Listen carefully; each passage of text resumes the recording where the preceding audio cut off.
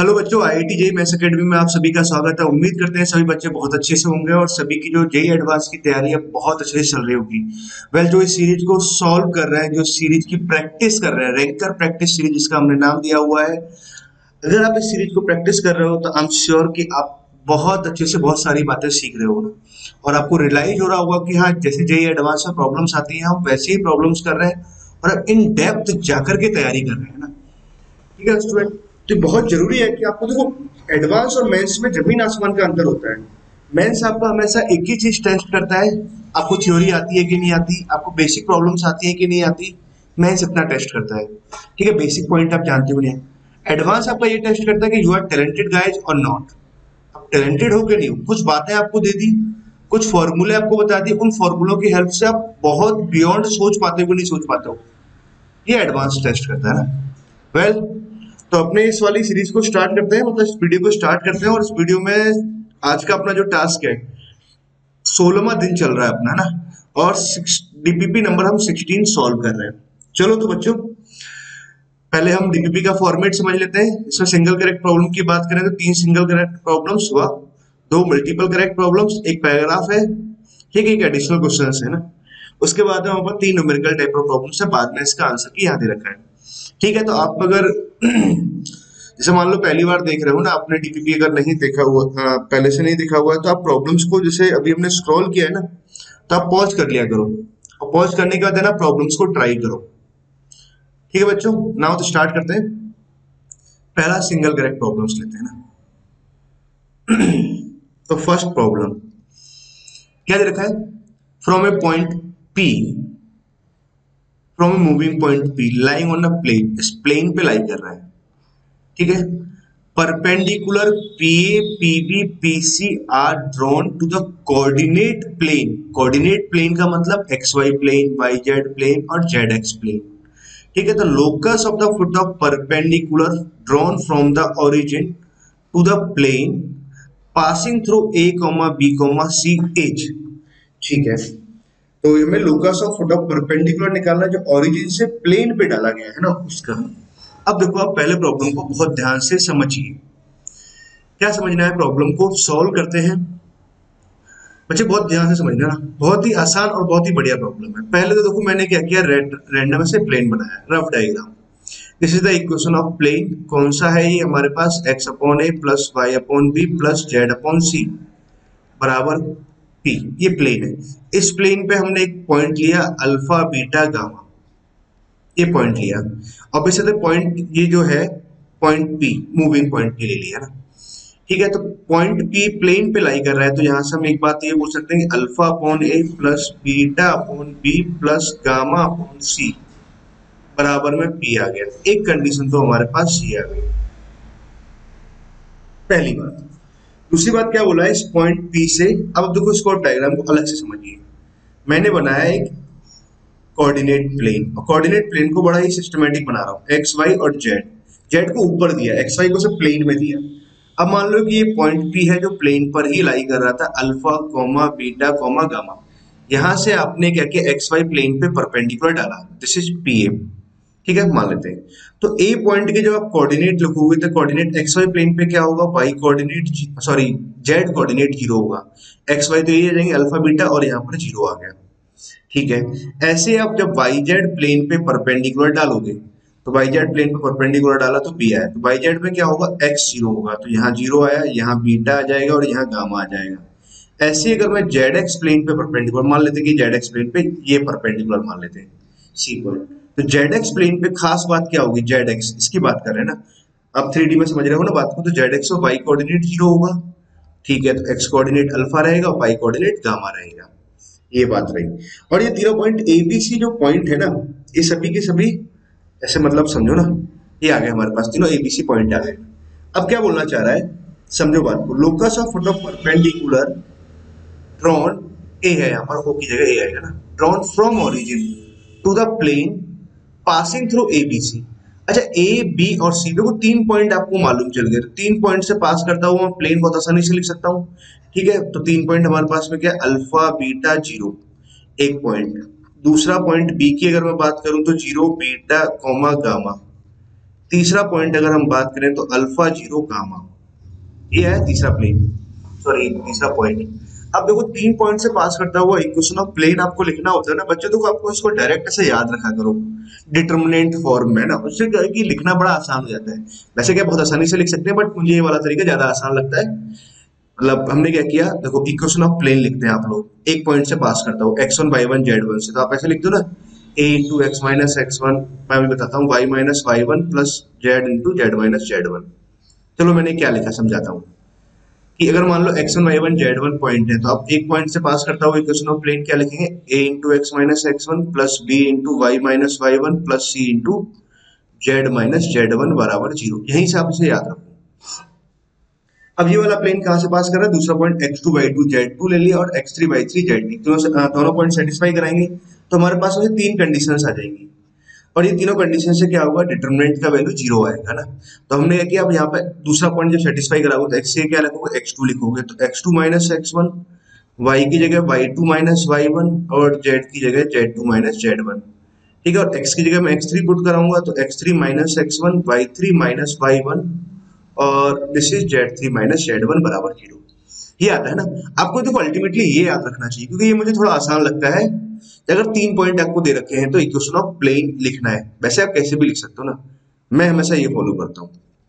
मैंने कि x minus alpha, y minus beta और z माइनस जीरो लिखा, इक्वेशन ऑफ प्लेन लिखा मैंने इस पॉइंट से पास करता हुआ। अब इस वाले पॉइंट को यहाँ सेटिस्फाई करा दो, दूसरा रो बना दो, तो x की जगह जीरो रखेंगे, तो x की जगह जीरो रखा तो जीरो माइनस अल्फा, y की जगह मैं बीटा रखूंगा तो यहाँ जीरो आ जाएगा, और z की जगह हम क्या रखेंगे, गामा रखेंगे, तो यहाँ गामा आ जाएगा।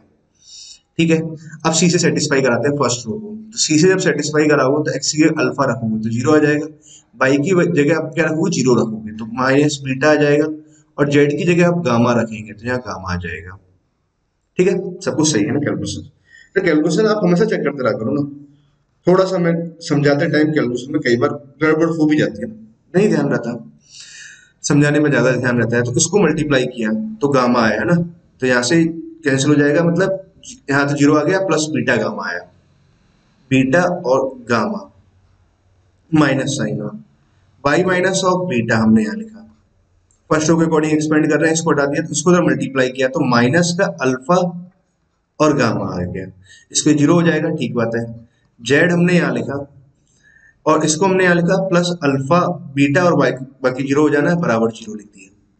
ठीक है, तो अब देखो इक्वेशन ऑफ प्लेन एक्चुअली में क्या आ गया, इक्वेशन ऑफ प्लेन आ गया एक्स बीटा गामा, यहाँ से आ रहा वाई की टर्म देखे तो प्लस प्लस है जाएगा, तो ये लिखा है अल्फा गामा और ये वाई है ना, सिंबल में थोड़ा ध्यान रखना, जेड की जगह जेड इंटू अल्फा बीटा, मतलब जेड वाली टर्म लिख ली। देखो यहाँ से आया हमारे पास additional minus alpha beta gamma आया, माइनस माइनस प्लस, फिर यहाँ से माइनस अल्फा बीटा गामा आया, इसको इस साइड भेज दिया तो 2 times of alpha beta gamma आ गया। नाउ अल्फा बीटा गामा से डिवाइड लगा दो, कहीं कोई समस्या नहीं है। अल्फा बीटा गामा से जब डिवाइड लगाएंगे तो भैया ये बन जाएगा 2 alpha plus sign y upon alpha gamma यहाँ से कट गया तो 2 बीटा आ गया प्लस जेड, अल्फा बीटा से डिवाइड लगाया तो यहाँ गामा बचा बराबर 1 आ गया। तो this is the equation of plane आ गया, जो कहां से पास कर रहा है, तीनों पॉइंट एबीसी से पास कर रहा है। ठीक है, अब देखो सवाल को आप बहुत ध्यान से समझे, ये प्लेन है हमारे पास, ये मान लेते हैं कि पॉइंट ए, पॉइंट बी और एक पॉइंट सी यहां से पास कर रहा है। अब क्या है, हमने ओरिजिन से फुट ऑफ परपेंडिकुलर डाल रहे हैं, मान लो इसके कोऑर्डिनेट आपने ले लिए x1 y1 z1, इसका आपको लोकस निकालना है x1 y1 z1 का, ये पूछा ना, locus of foot of perpendicular drawn from origin to the plane passing through the point a, b, c। ठीक है, अब देखो पॉइंट को समझो, बात को बहुत ध्यान से समझिए, जगह बना लेते हैं।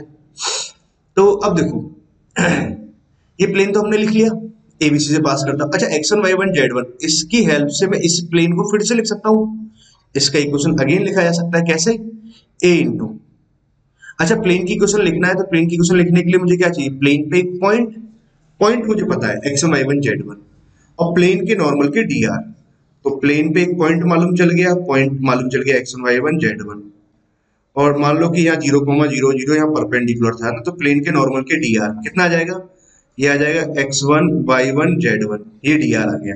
अब इक्वेशन ऑफ प्लेन अगर मैं लिखूं तो x1 इंटू ए इंटू हमने जो लिख रहे थे ना उसका डी आर क्या आ गया एक्स वन वाई वन ना, फिर आप क्या लिखा हो x minus of x one, यहां लिखा हमने, ठीक है, plus sign y b into b की जगह कितना जाएगा वाई वन, अब हम क्या लिखेंगे वाई माइनस वाई वन, ठीक है, प्लस साइन सी का वैल्यू कितना आ जाएगा जेड वन, प्लेन की डी आर, और पॉइंट कितना आ गया जेड माइनस जेड वन बराबर जीरो।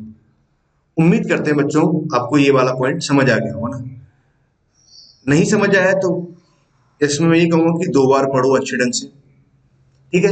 एक और तरीका बता देते हैं, आर डॉट एन बराबर ए डॉट एन, ठीक। अब समझे बात को कि x x one y y one z z one बराबर कितना है x one square y one square और जेड वन स्क्वायर ये आया। अच्छा, इस प्लेन को मैं दो तरीके से लिख पाया, ठीक है, एक तरीका तो हमारे पास में ये रहा और एक तरीका हमारे पास में ये रहा, मतलब फर्स्ट और सेकंड।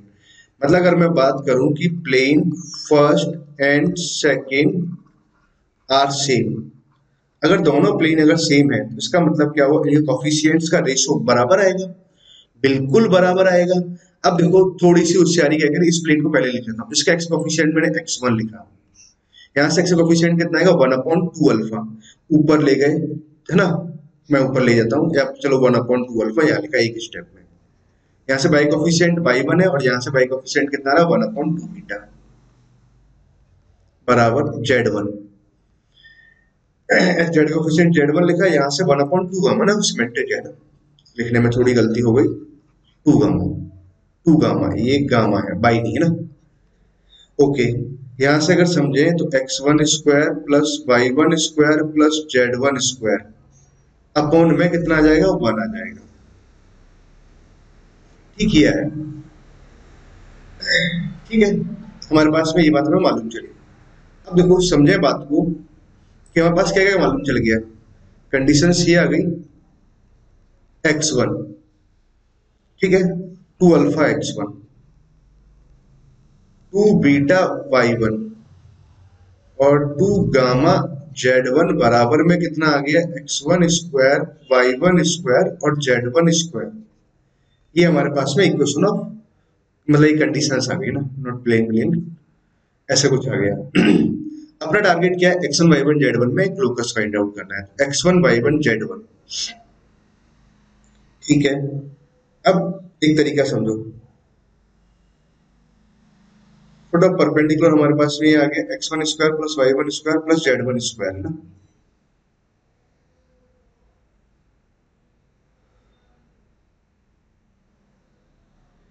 हमारे पास एक कंडीशन ये दे रखा है अल्फा अपॉन ए बीटा अपॉन बी और गामा अपॉन सी बराबर पी है, तो एक काम करते हैं अल्फा बीटा गामा को एलिमिनेट कराते हैं, हमारा यही टास्क है अल्फा बीटा गामा को एलिमिनेट कराना, ठीक है। तो अब आपको बात समझ में आ गई बच्चों, कंडीशन क्या है इसको मैं यहाँ लिख लेता हूँ, अल्फा अपॉन ए एक कंडीशन है, कलर भी थोड़ा सा चेंज करते हैं, बढ़िया सा कलर लेते हैं, शायद ये सही है क्या, बीटा अपॉन बी1 गामा अपॉन सी1 बराबर में कितना आ रहा है पी आ रहा है, गामा अपॉन सी बराबर में पी, ये a1 b1 c1 नहीं है, a1 a b c है ना। अब काम करते हो अल्फा का वैल्यू मैं यहां से निकालता हूं, अल्फा का अगर वैल्यू आप लिखोगे x1 square y1 square z1 square, तो ये आया, अपॉन में कितना आ जाएगा 2 टाइम्स ऑफ x1 इंटू में a आया, बीटा का अगर वैल्यू लिखेंगे तो x1 square y1 square z1 square, ये आया, बीटा का वैल्यू कितना आ जाएगा यहाँ से 2y1 अपॉन में, तो 2y1 b यहां पर आया प्लस साइन गामा का वैल्यू लिखते हैं ना, तो x1 square y1 square z1 square, इस कलर में इतना मजा नहीं आता, दूसरा कलर लेते हैं, यहां से कितना आ जाएगा 2z1 इंटू में कितना आया सी आ जाएगा ना, बराबर में कितना आ गया पी आ गया। अब देखो पॉइंट को समझिए, पॉइंट को समझिए, समझते रहिए, x1 square y1 square z1 square तो कॉमन आ गया, वेरी गुड है ना, यहां से क्या आ गया 1 upon of ax1 1 upon of py1 1 upon of cz1 बराबर में कितना आया 2p आया, ये आया। ये हमारे पास कंडीशन आ गई x1 y1। भाई आपको लोकस निकालना था। लोकस का मतलब हमेशा क्या होता है, जो भी पॉइंट का लोकस निकालना है, x1 y1 z1 का लोकस निकालना है, उसमें एक रिश्ता चाहिए अंडर द गिवन कंडीशंस। तो हमारे पास एक रिश्ता आ गया, रिश्ते नाते हैं ना जो थे वो रिश्ते हमारे पास यहाँ आ गए। अब हमें ऐसे रिश्ता चाहिए था। अब क्या करा, x1 को x से, y1 को y से और z1 को z से रिप्लेस कर दोगे ना, तो क्या आंसर आया, x square plus y square plus z square. तो सब में आ रहा है ax bx c, यहाँ पे आ रहा है 2p आ रहा है। तो 2p 2p 2p वाला एक ये ऑप्शन बी मैच खा रहा है ना, खा रहा है मतलब मैच हो रहा है ना, सॉरी ना। ओके, तो option b is correct option है ना। तो पहला वाला क्वेश्चन अपना सॉल्व हुआ। आई होप आपको पहले वाले क्वेश्चन को सॉल्व करते टाइम मजा तो आया ही होगा ना। मजेदार क्वेश्चन है ना, अच्छे हैं, आसान भी हैं, डिफिकल्ट भी हैं, सारी वैरायटी है जिसे एडवांस में आते हैं ना। ना मूव करते हैं सेकंड प्रॉब्लम की तरफ। अच्छा, इस बात को बड़ा ध्यान से समझना। लेट b1 एक वेक्टर दे रखा है, b2 एक वेक्टर दे रखा है, b3 एक वेक्टर दे रखा है, b3 vector such that value of a is maximum for b1 b2 बराबर 0, b1 डॉट b2 बराबर 0। ये 0 है, इसके लिए हमें वैल्यू ऑफ a निकालना है। वे थीटा कैसा है, 0 टू पाई है। तो देखो पहला काम तो हमें क्या करते हैं, b1 डॉट b2 निकालते हैं। अब b1 डॉट b2 जब आप कैलकुलेट करोगे तो बच्चों बहुत आसानी से x की टर्म्स को मल्टीप्लाई किया, मतलब i के कोफिशिएंट्स को मल्टीप्लाई किया, 2 cos theta, sorry 2 sin theta.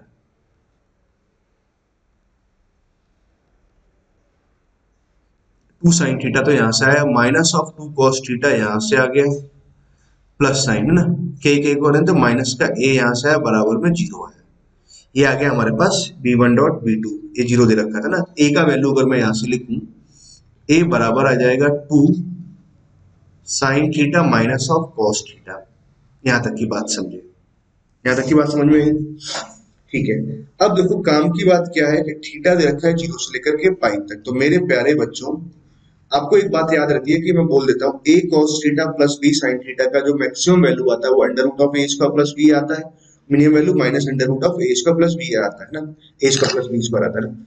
ठीक है, वो जो वैल्यू आता है ना वो तब आता है जब थीटा 0 से लेकर 2 पाई, मतलब एक पीरियड में कंप्लीट होना चाहिए। पीरियड कैसे भी ले लो, 0 से लेकर 2 पाई ले लो, या 2 पाई से लेकर के 4 पाई चले जाओ, या कोई बड़ा सा पीरियड ले लो, मतलब उसमें मिनिमम 0 टू 2 पाई तो होना ही चाहिए, मतलब एक पीरियड 2 पाई लेंथ तो होना ही चाहिए। जबकि यहाँ पे क्या है, 0 से लेकर 2 पाई नहीं जा रहा है, 0 से पाई जा रहा है, मतलब इसका मैक्सिमम वैल्यू निकालने में थोड़ी सी मेहनत करनी है आप लोगों को।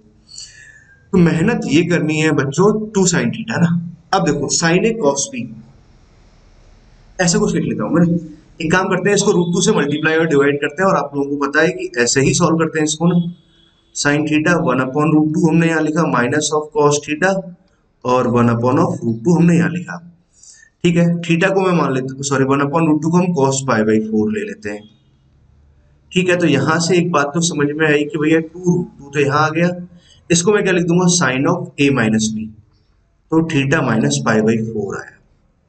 ठीक है, अब मुझे रेंज निकालना है, तो थीटा माइनस पाई बाई 4 कैसे वेरी कर रहा है, तो थीटा बराबर 0 डाल दो, तो भैया यहाँ डाल दिया तो ये माइनस पाई बाई 4 आया, एक वैल्यू पाई डाला हमने तो कितना है, 3 पाई बाई 4 आया। ठीक है, तो थीटा कैसे वेरी कर रहा है, माइनस पाई बाई 4 से 3 पाई बाई 4 तक, साइन थीटा नहीं, मतलब ये पूरा अंतर्गत term theta minus pi by 4। अब देखो साइन का मैं चित्र बनाता हूँ, चित्र कुछ इस तरह से होता है, आप लोगों को पता है साइन टी है ना, टी की तरह है ना काइंड ऑफ, ऐसे थीटा माइनस इसका नहीं है ना, ऐसे टी मान रखा है, तो टी कैसे वेरी कर रहा है, माइनस पाई बाई 4, यहाँ कहीं आ जाएगा माइनस पाई बाई 4, यहाँ पाई बाई 2 है, यहाँ आ जाएगा 3 पाई बाई 4। तो ये बना डायग्राम पूरा, इसको जो मैंने डार्क किया हुआ है और इसको हटा दिया अंडर दिस कंडीशन, ये हटा दिया हमने, तो ये हमारे पास डायग्राम आया। इन दिस डायग्राम अगर मुझे इसका मैक्सिमम वैल्यू चाहिए, तो भैया मैक्सिमम वैल्यू कहाँ मिल रहा है, यहाँ मिल रहा है। तो भैया मैक्सिमम वैल्यू कब मिला मुझे, तो पहली बात तो देखो ए मैक्स की अगर मैं बात करूं, मैक्सिमम वैल्यू कितना आ जाएगा, इसका मैक्सिमम वैल्यू 1 रख देंगे, तो यहाँ से आ जाएगा ए मैक्स, तो आ जाएगा 2 आ जाएगा। एंड किस है ना, आगे भी देखो सवाल को अगर पढ़ोगे ना, for this value of A and theta, जो वैल्यू जाएगी, ए का वैल्यू आया और थीटा आया, मतलब ये मैक्सिमम आ रहा है किस वैल्यू पर आ रहा है, थीटा की। जब थीटा माइनस पाई बाई 4 कितना आ जाए, पाई बाई 2 हो जाए। ठीक है, तो थीटा बराबर कितना आ गया हमारे पास, 3 पाई बाई 4 आ गया बच्चों। वेरी गुड, तो ये अपना आंसर आएगा ना जहां तक। तो ए मैक्सिमम वैल्यू कितनी आई, 2 रूट 2 आया, थीटा इक्वल टू कितना आ गया, 3 पाई बाई 4 आ गया। अब देखो सवाल को, बात को अब समझते हैं। यहां तक की बात हमने समझ ली, तो इसको तो अब मैं करता हूं साइड, ठीक है, नीचे करते हैं। अब देखो ए मैक्स का वैल्यू मेरे पास कितना आ गया, ए मैक्स आ गया हमारे पास 2√2 आया, और थीटा कितना आ गया, 3π/4 आया, ठीक है। बहुत ही बढ़िया।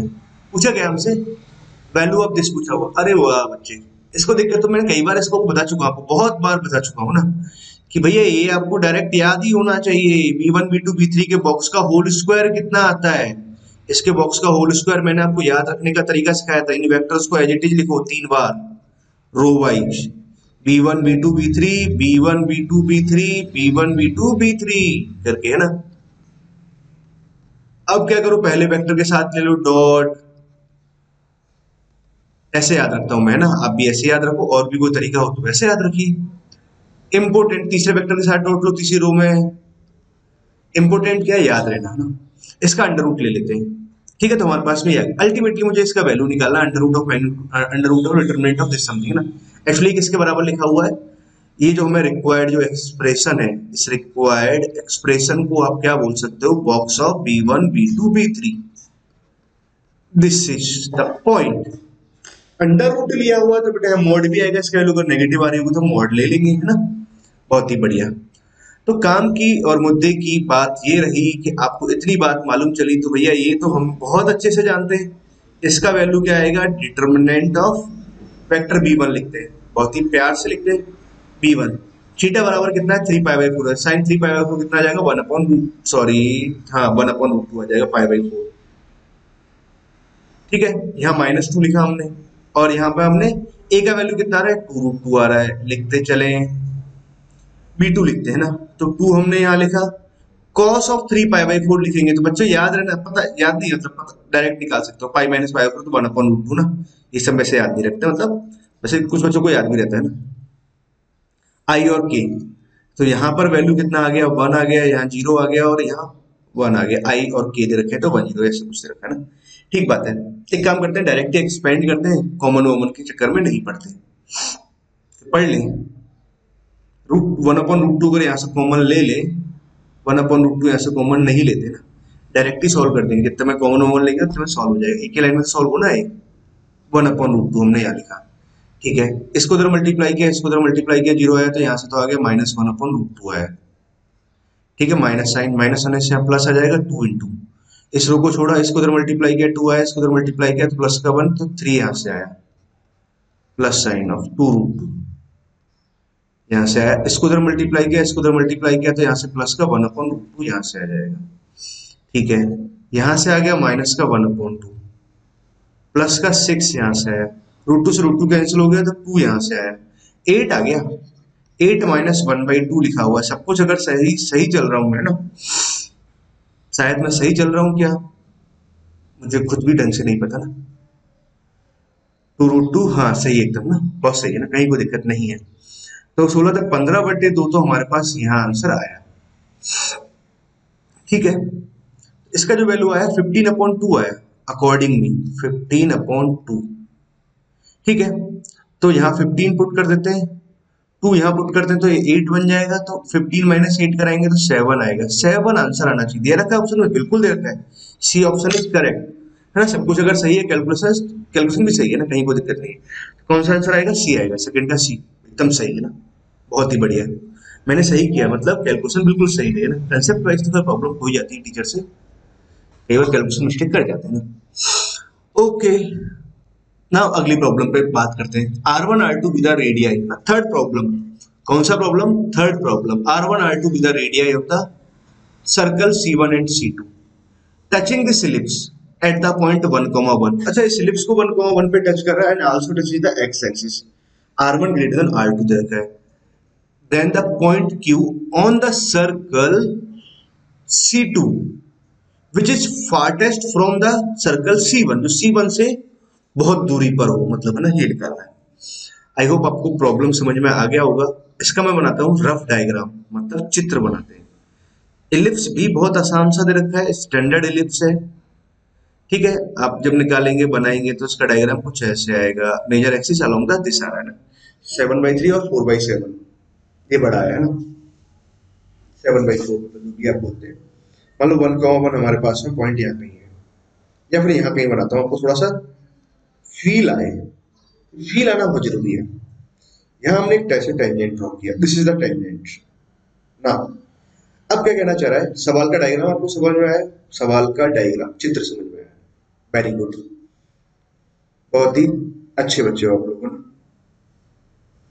अब देखो 1,1 यहाँ पर है, एलिप्स मुझे पता है। अब सर्कल की बात कर रहे हैं, तो देखो पहले तो चित्र समझो कि इसका दो सर्कल कैसे आ रहा है। तो इस लाइन को गिवन पॉइंट पे टच करें तो एक सर्कल, और साथ में एक्स एक्सिस को टच करें तो ये एक सर्कल तो हमारे पास ये आ सकता है। दूसरा सर्कल कुछ ऐसे आ सकता है कि यहां से गया और एक्स एक्सिस को टच करे। ये सर्कल ही है, परफेक्ट चित्र पर ना जाए आप लोग, है ना। एक सर्कल C1 एक सर्कल C2, ऐसे दो सर्कल बन रहे हैं। अरे ये लिखना है तो बहुत आसान है हमारे लिए। कैसे समझो, आप लोगों को एक बात पता होगा कि किसी भी गिवन लाइन को अगर किसी एक पॉइंट पे टच करे और मुझे equation of family of circle लिखना है, तो भैया मैं क्या लिखता हूँ, x माइनस x1 का whole square, y minus y1 का whole square plus lambda times of l बराबर 0। This is the family of circle. आप लोगों को पता होना चाहिए बच्चों ना। नहीं पता है जाके थ्योरी पढ़ो, क्योंकि ये बहुत बेसिक बात है, सीखना चाहिए आप लोगों को ना। ओके, आराम से समझाते हैं, कोई भी ऐसे लोड नहीं लेते ना। अच्छा पॉइंट समझो, इस एलिप्स की बात करें, इस एलिप्स में मैं इस पॉइंट पे टेंजेंट लिखता हूँ, इक्वेशन ऑफ टेंजेंट कितना आएगा, t बराबर 0 आएगा। This is the equation of tangent. कितना आ जाएगा 3 एक्स स्क्वायर को x x1 plus 4 y square को वाई y1 बराबर 7। तो कितना आ गया 3x प्लस 4y बराबर 7। ये इक्वेशन ऑफ टेंजेंट आया। Now now now I am writing equation of family of circle. Family of circle, तो भैया कितना आ जाएगा x माइनस 1,1 है ना। तो किसी गिवन लाइन को 1, किसी गिवन पॉइंट पे टच करे तो equation of family of circle ही आता है। नहीं पता है तो पढ़ो और सीखो। आपको सर ने, जब आप कोचिंग में तैयारी कर रहे होंगे, सर ने सिखाया होगा आप लोगों को ना। This is the equation of family of circle आ गया ना। मुझे वो सर्कल में इंटरेस्टेड है जो एक्स एक्सिस को टच करे। अरे सर जी बहुत आसान बात है, एक्स एक्सिस को टच करे तो मतलब एक्स एक्सिस पे जो लेंथ ऑफ इंटरसेप्ट आता है कितना आता है, 2 under root of g square minus c. ये होना चाहिए 0। ठीक है, तो हमने क्या किया, x square plus y square लिखा सिस्टमेटिक वे से, तो माइनस का 2x माइनस का 2y, पहले यहाँ से लिख लेता हूँ ना। यहाँ से +1 तो 2 आ जाएगा, और यहाँ से अब मैं x की टर्म को 3 लैम्डा x करके लिख दिया, y की टर्म को 4 लैम्डा y लिख लेते हैं, और माइनस ऑफ 7 लैम्डा बराबर 0 लिख लेते हैं ना। देखा जाए तो प्रॉब्लम मेरे एंड पे खत्म हो गया। अब तो बस कैलकुलेशन वाला हिस्सा बचा हुआ है, जिसको हम बड़े अच्छे से सॉल्व करते हैं मैक्सिमम टाइम में ना।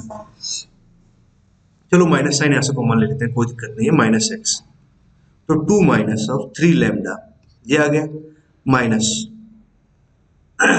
ओके, यहाँ से 2 कॉमन आ रहा है, -2 कॉमन आया, ले लिया, तो -2 कॉमन आया, तो -2y लिखना है, सॉरी -2y कॉमन लिया, -2y कॉमन आया, तो अंदर कितना बचा 1 माइनस ऑफ 2 लैम्डा, यहाँ से आया, और 2 माइनस ऑफ 7 लैम्डा बराबर 0। यहाँ तक आ गई बात, एकदम बिल्कुल बात सही है। सेंटर की अगर बात की जाए तो 2 minus of 3 lambda by 2, this is the centre का एक्स कोऑर्डिनेट।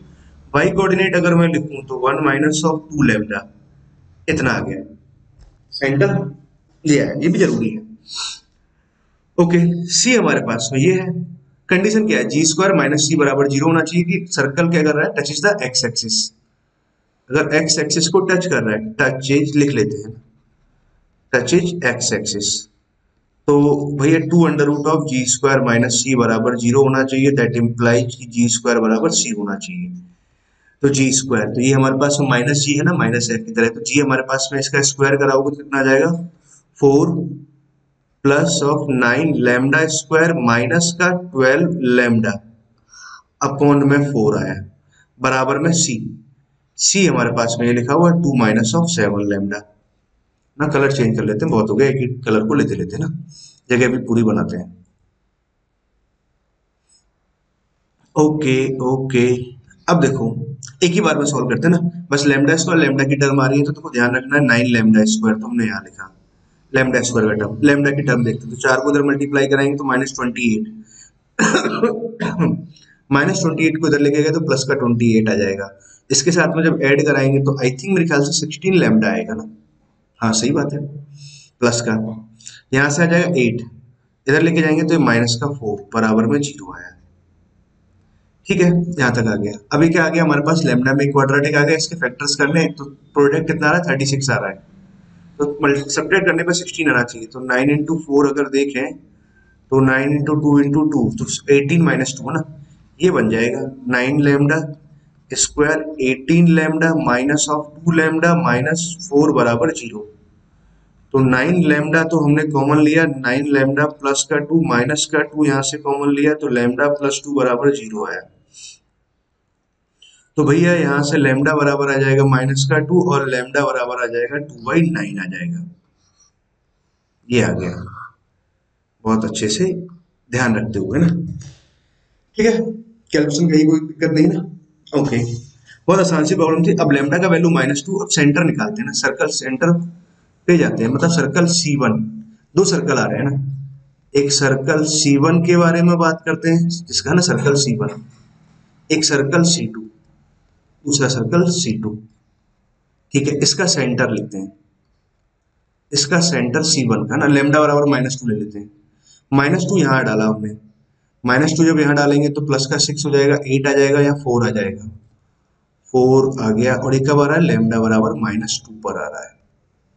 ठीक है, लैम्डा बराबर -2 यहाँ डालेंगे तो कितना आ जाएगा, 5 आ जाएगा। ये आ गया। अच्छा, इसका रेडियस भी लिख लेते हैं, है ना, इसके लिए C लिख लेता हूँ, एंड C का वैल्यू कितना आ रहा है, C का वैल्यू आ जाएगा लैम्डा बराबर -2 डालेंगे तो 14 + 2 16 आ गया। चलो रेडियस की जरूरत पड़ेगी तो रेडियस भी लिख लेंगे। सर्कल C2 का अगर मैं सेंटर लिखूं तो लैम्डा बराबर कितना है, 2/9 है, तो लैम्डा बराबर 2/9 पे जा रहा है। तो लैम्डा बराबर 2/9 अगर हम लिख रहे हैं तो 2/9, तो 2/9 हमने यहाँ रखा, तो यहाँ पे कितना बनेगा हमारे पास 18, 18 माइनस का 6 किया तो 12 आया, 18 माइनस 6 12/2 करेंगे तो हमारे पास कितना है, 6/9 आया ना। सेंटर का x कोऑर्डिनेट आ गया 6/9, लैम्डा बराबर 2/9 पुट कर रहे हैं, तो 2/9 हमने जब यहाँ पुट कराएंगे तो 9 यहाँ से आ जाएगा, माइनस का 5/4 आ गया, मतलब प्लस का 5/4।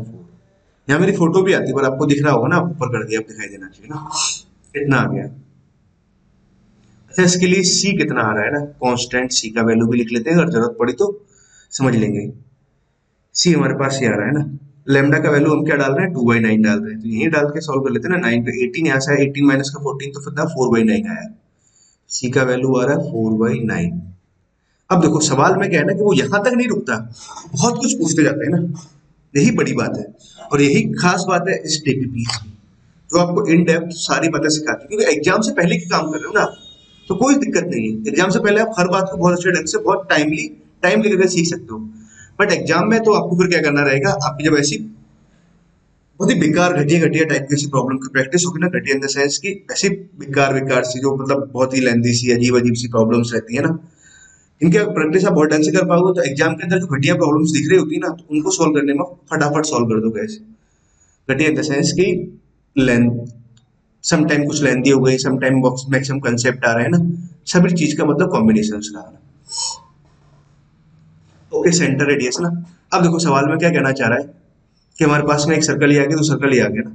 अब देखो एक बात तो मुझे ये समझ में आई कि सेंटर 6/9 5/4 है ना, इस सर्कल का सेंटर तो चलो ये आ गया, ये तो छोटा वाला सर्कल बनेगा, ये अपने आप में C2 सर्कल रहा, ये अपना C1 सर्कल रहा, इसका सेंटर कितना आ रहा है 4, सॉरी क्या है 4,5 है सेंटर, बहुत अच्छे से आया ना सेंटर 4,5, यहाँ चित्र बनाया ना।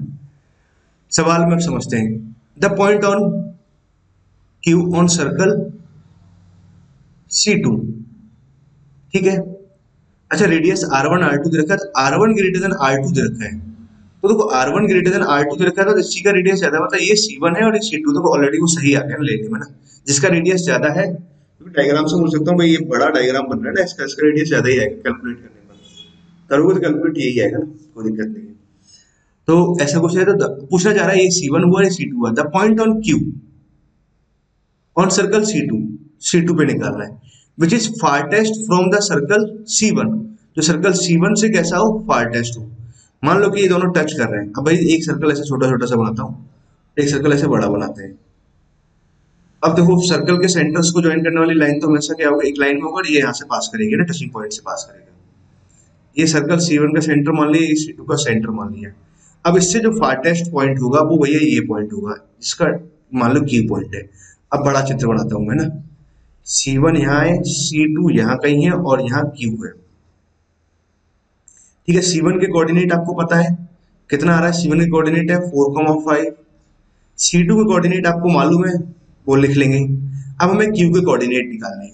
अब Q के कोऑर्डिनेट निकालने हैं, इसका मतलब क्या हुआ, हमें सेक्शन फॉर्मूला लगाना चाहिए। सेक्शन फॉर्मूला लगाने के लिए मुझे फिर ये लेंथ और ये लेंथ पता होना चाहिए, C1 C2 के बीच का डिस्टेंस और यहाँ से पॉइंट Q ना। चलो बच्चों, अब मैं आपके लिए टास्क छोड़ देता हूँ, मैं एक सॉल्व नहीं कर रहा हूँ। Q पॉइंट का ना C1 से डिस्टेंस बहुत आसानी से निकाल सकते हैं। इसका रेडियस ये आ गया और इसका रेडियस ये आ गया, तो 2 टाइम्स ऑफ ये R2 रेडियस मान लेते हैं, 2 times of R2 plus R1 ये आ जाएगा। C2 का C1 से डिस्टेंस कितना है, R1 प्लस R2 आ जाएगा, ये आ गया। तो by using section formula external division लगाते हुए आप क्या कर सकते हो, पॉइंट के कोऑर्डिनेट निकाल सकते हैं। आराम से निकालिएगा, कोई दिक्कत वाली बात नहीं है। ठीक है, मैंने आपको सारा कंसेप्ट सिखा दिया है यहाँ पर। ओके स्टूडेंट, आई होप आपको थर्ड प्रॉब्लम बहुत ढंग से क्लियर हो गया, इसमें कहीं कोई समस्या नहीं है, बहुत ही बढ़िया प्रॉब्लम था ना। ओके, जैसे एडवांस में प्रॉब्लम्स आती हैं वैसी ही ये प्रॉब्लम्स थी। नाउ मूव करते हैं अगली प्रॉब्लम की तरफ, क्वेश्चन नंबर 4। और ये कैसा है, मल्टीपल करेक्ट प्रॉब्लम्स है, और ये प्रॉब्लम भी मुझे बहुत ही बढ़िया लगता है और बच्चों को क्लास में बहुत ढंग से सिखा रखा होता है। ठीक है, कंसेप्ट। अच्छा देखो, प्रॉब्लम को देखते हुए मुझे तुरंत एक बात समझ में आ गई कि ये सब बात जो कर रहा है, ये बात कर रहा है न्यूटन इक्वेशन। किसके बारे में, न्यूटन इक्वेशन के बारे में बात कर रहा है। ये क्या होता है सर जी न्यूटन इक्वेशन? ये बेटा कुछ एक ऐसी बात है, मैं आपको बस समझा देता हूँ। मान लो मैं क्वाड्रेटिक से समझाना शुरू करता हूँ आपको। एक क्वाड्रेटिक लिया हमने, ax square bx plus c बराबर 0। इसके दो रूट है, एक रूट अल्फा है और एक बीटा है। Sn बराबर हमारे पास में एक अल्फा पावर n और बीटा पावर n है। ठीक है, n कुछ भी हो वो खास फर्क नहीं पड़ता ना। अब समझो कलर भी थोड़ा चेंज किया। अब ये जो क्वाड्रेटिक है और ये Sn है, इनके बीच में आपको अगर रिलेशन लिखना है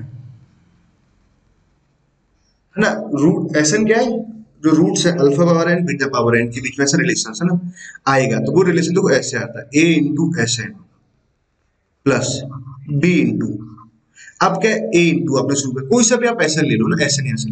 अब बस आपको क्या ध्यान रखना है, एक ही कम करते हुए जाना है, b into s of n minus 1 plus c into s of n minus 2 बराबर 0। ये रिलेशन हमेशा होल्ड होता है, ये बात ध्यान रखो। कैसे होल्ड होता है, बहुत आसान सी बात, चलो प्रूफ भी कर देते हैं ना आप लोगों को, और फिर बताते हैं सारी बातें आप लोगों के लिए। a इंटू एस एन, इसको प्रूफ करना है, 0 के बराबर आएगा कि नहीं आएगा। एस एन का वैल्यू है alpha power n beta power n, b into इसका वैल्यू आ गया alpha power n plus beta power n minus 1 plus c into alpha power of n minus 2 plus beta power of n minus 2 बराबर 0 है। ठीक है, अब यहां से अपना समझते हैं, अल्फा पावर n माइनस 2 मैं लेता हूं कॉमन, इससे इससे और इससे। तो जब लिया कॉमन तो यहाँ बचा a अल्फा स्क्वायर, यहाँ बचा b अल्फा और यहाँ बचा c। अरे गुरुजी है ना, फिर हम क्या करते हैं, beta power n minus 2 common ले लेते हैं। ठीक है, बीटा पावर n माइनस 2 जब कॉमन लेंगे तो यहाँ से बचेगा a beta square plus b beta plus c बराबर में 0। इसका वैल्यू देखो, अल्फा बीटा इसके रूट थे क्वाड्रेटिक है, तो इसकी वैल्यू भी 0, इसकी वैल्यू भी 0, 0 बराबर 0 आ गया। मतलब ऊपर वाला जो रिलेशन है वो सेटिस्फाइड हो रहा है। इस रिलेशन को नाम देते हैं न्यूटन इक्वेशन, जो हम क्लास में बकायदा मैं 2 घंटे तक इसको डिस्कस करता हूँ ना। मतलब पहले अपने थ्योरी डिस्कस करते हैं, देन उसके बाद इसकी प्रॉब्लम्स को डिस्कस करते हैं, एंड कुछ भी हो। दूसरी बात समझो, ये हमने सब सीखा क्वाड्रेटिक के लिए। अच्छा या माइनस हो तब भी चलेगा। अच्छा अगर यहाँ p into alpha power n plus q into beta power n है तब भी चलेगा, तब भी सेटिस्फाइड होगा, या माइनस है तब भी चलेगा। एक बात। दूसरी बात, ये अपना क्या था, क्वाड्रेटिक, ये क्यूबिक के लिए भी वैलिड है, बाई क्वाड्रेटिक मतलब हर एक पॉलिनोमियल के लिए वैलिड है। दूसरी बात, अब क्यूबिक के लिए कैसे वैलिड होगा, उसके 3 रूट आएंगे, अल्फा बीटा गामा। ठीक है, एस एन या टी एन, उनके पावर एन का सम का मुझे रिलेशन निकालना है, को टी एन दे रखा है तो रिलेशन निकालना है, तो क्या आएगा? अब देखो ये आप डायरेक्ट लिख सकते हो, ये समझाने की जरूरत नहीं है। इसको करते हैं साइड, और अब आते हैं हम अपने प्रॉब्लम पर। कंसेप्ट तो हमने सीख लिया, अब सॉल्यूशन ऑफ प्रॉब्लम पर आते हैं ना। अब देखो ये क्यूबिक है, इस क्यूबिक में थोड़ा सा गड़बड़ था, एक्स स्क्वायर का टर्म नहीं है तो जीरो डॉट एक्स स्क्वायर ले लेते हैं, माइनस का 4x और प्लस 1 बराबर जीरो लिख लेते हैं। ठीक है, एंड टी एन बराबर क्या लिखा हुआ? Alpha power n, beta power n और गामा पावर एन, ये लिखा हुआ है। ठीक है, तो अब मुझे टी एन में और इसके कोफिशिएंट्स के बीच में रिलेशन लिखना है, तो कैसे लिखेंगे? 1 इंटू तो टी एन, ऐसा लिखा आपने। अब आप जाओ एक एक कम करते हुए, minus 0 into t n minus 2। ठीक है माइनस क्यों लिखा मैंने? प्लस लिख तो कोई फर्क नहीं पड़ता। फिर उसके बाद माइनस, ऐसा लिखा माइनस का कोफिशिएंट 4 है, या एक कम करेंगे तो टी एन माइनस 3, सॉरी गलत कर दिया, टी एन माइनस 1 या टी एन माइनस 2, एक एक कम करते जा रहे हैं। फिर plus 1 into t n minus 3 बराबर 0, ये आया हमारे पास रिलेशन। मतलब अल्टीमेटली रिलेशन कितना है? टी एन यहाँ से है minus of 4 t n minus 2 यहाँ से है plus sign of t n minus 3 बराबर 0 है। तो टी एन हमने यहां से लिखा, टी एन माइनस 3 हमने यहां से लिखा, 4 और टी ऑफ एन माइनस 2 यहां से है। ये रिलेशन है अल्टीमेटली।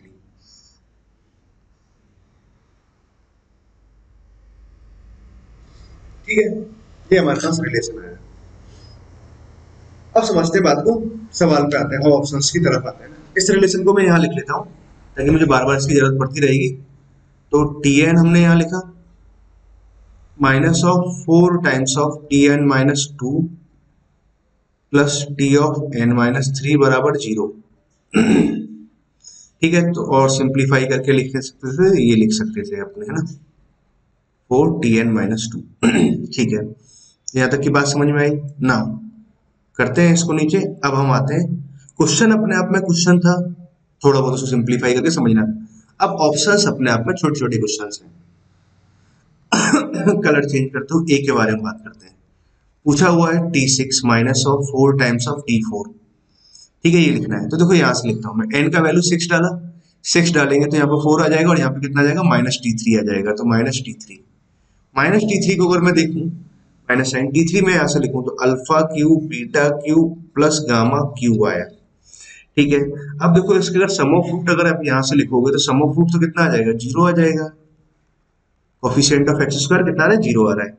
तो अगर a q plus b q plus c q ऐसे कुछ है, और a plus b plus c बराबर 0 है, तो इसका वैल्यू कितना आ जाएगा? 3 times of a b c आ जाएगा, मतलब अल्फा बीटा गामा आ गया। ये क्या आएगा? Product of root. Product of root आप यहाँ से लिखोगे तो कितना आ जाएगा? Minus c by a, minus 1 यहाँ से आया, मतलब फाइनली यहाँ से कितना है? माइनस 1 इसकी वैल्यू आई, तो फाइनली इसका वैल्यू 3 आ गया। तो इसका आंसर 3 आ रहा है, मतलब option A is correct option, पहली बात। ठीक है, ऑप्शन बी पे चलते हैं किसी नए कलर के साथ में। ऑप्शन बी दे रखा है T96 plus sign 2 times of T99 plus sign of T102, ये दे रखा है। ठीक है, n माइनस 2 n माइनस 3 सही है ना? मतलब अगर टी एन है और से कम है हमारे पास में, यहाँ पर है ना n माइनस 3, तो यहाँ से ज्यादा है ना। समझाता हूँ क्या कहना चाहता हूँ।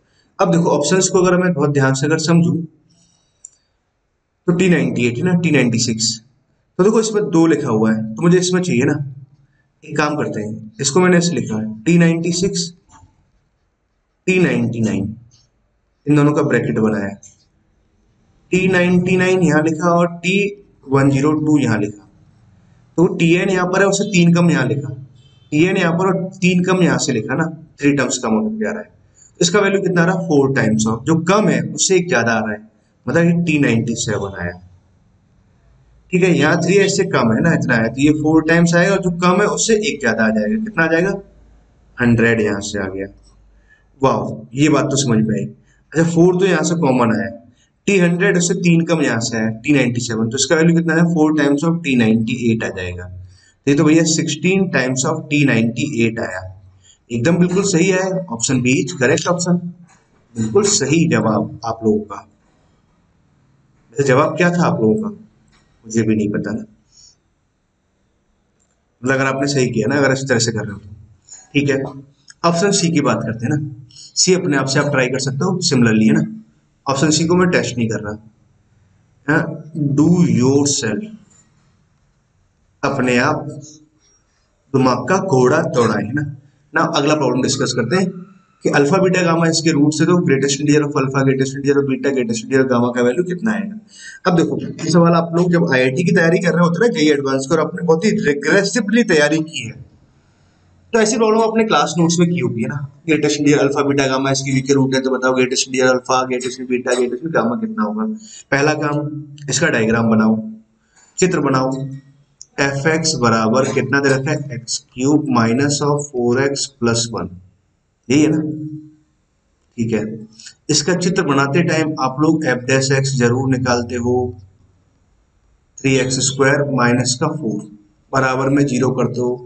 x का वैल्यू कितना आ जाएगा, 4/3 आ गया, प्लस माइनस करेंगे अंडर रूट में कर देते हैं, तो plus minus under root of, sorry 2/√3, plus minus of 2/√3 आ गया ना। मतलब इसके जब फैक्टर भी लिखोगे ना, एफ डैश एक्स आपने लिखा, और थोड़ा मैं एफ डैश एक्स को और अच्छे ढंग से लिख देता हूँ, 3x प्लस 2/√3 और x माइनस ऑफ 2/√3। तो हमने यहाँ लिखा माइनस ऑफ 2/√3, यहाँ लिखा प्लस में 2/√3, तो प्लस माइनस प्लस, मतलब पहले इंक्रीज कर रहा है, फिर डिक्रीज कर रहा है, फिर इंक्रीज कर रहा है, काइंड ऑफ दिस सिचुएशन का ग्राफ होगा, सेंटर ऑफ एक्स की पॉजिटिव। ओके, मतलब ऐसे हमने बनाया ना रफ डायग्राम। अब देखो 2/√3 और यहाँ पे मैक्सिमम मिनिमम आ रहे हैं ना इन पर। अगर हम डायग्राम को मैं बताऊं, यहाँ बनाता हूँ डायग्राम।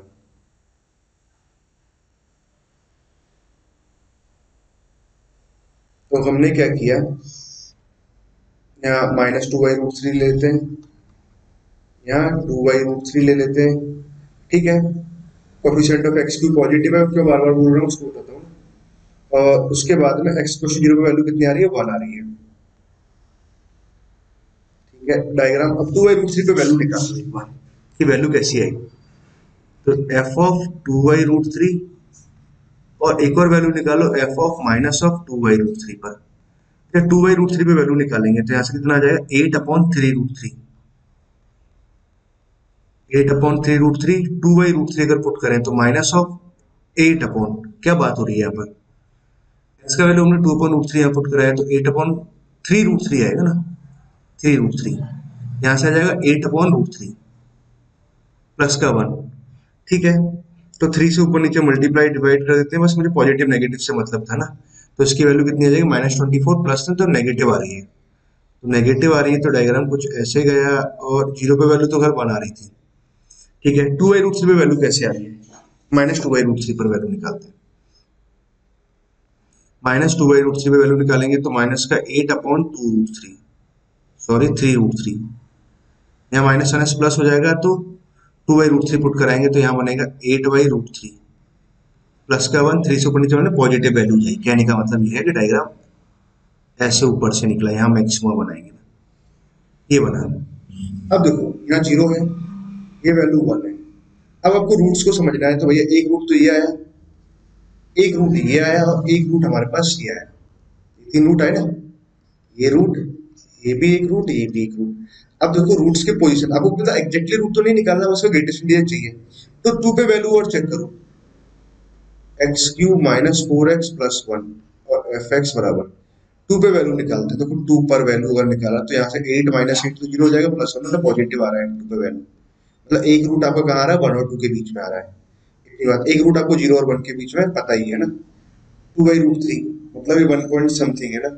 चलो 1 पे वैल्यू निकाल कर देता हूँ, 1 पे वैल्यू निकालेंगे तो नेगेटिव आ रहा है, 1 यहाँ पुट कराया तो -4 ऐसे, -2 ना पॉजिटिव, मतलब मैं नेगेटिव, मतलब वो वैल्यू ये आ गया, ठीक है। -2 पे और वैल्यू निकाल लेता हूँ मैं, या -1 पे चेक करता हूँ पहले। -1 पे वैल्यू कितनी आएगी, एफ ऑफ -1, -1 प्लस का 4 प्लस का 1, अरे वाह, -1 पे वैल्यू पॉजिटिव आ रही है।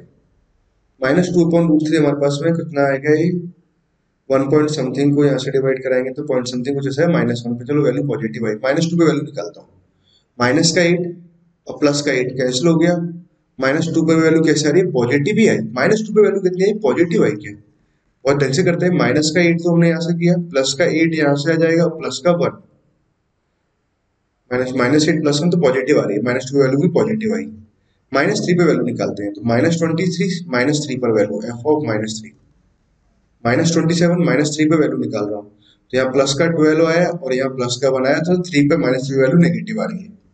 मतलब क्या हुआ, आपका एक रूट -3 और 2 के बीच में आ रहा है तो इसका, अब देखो ग्रेटेस्ट इंटीजर की बात करूँ, इसको रूट को मान लो अल्फा मान लिया तो इसका ग्रेटेस्ट इंटीजर कितना आ जाएगा, -3, इसको अगर बीटा मान रखा है तो इस रूट का ग्रेटेस्ट इंटीजर कितना आ जाएगा, 0, इस रूट को अगर गामा मान रखा है तो इसका ग्रेटेस्ट इंटीजर कितना आ जाएगा, 1 और 2 के बीच में है तो 1 आ जाएगा।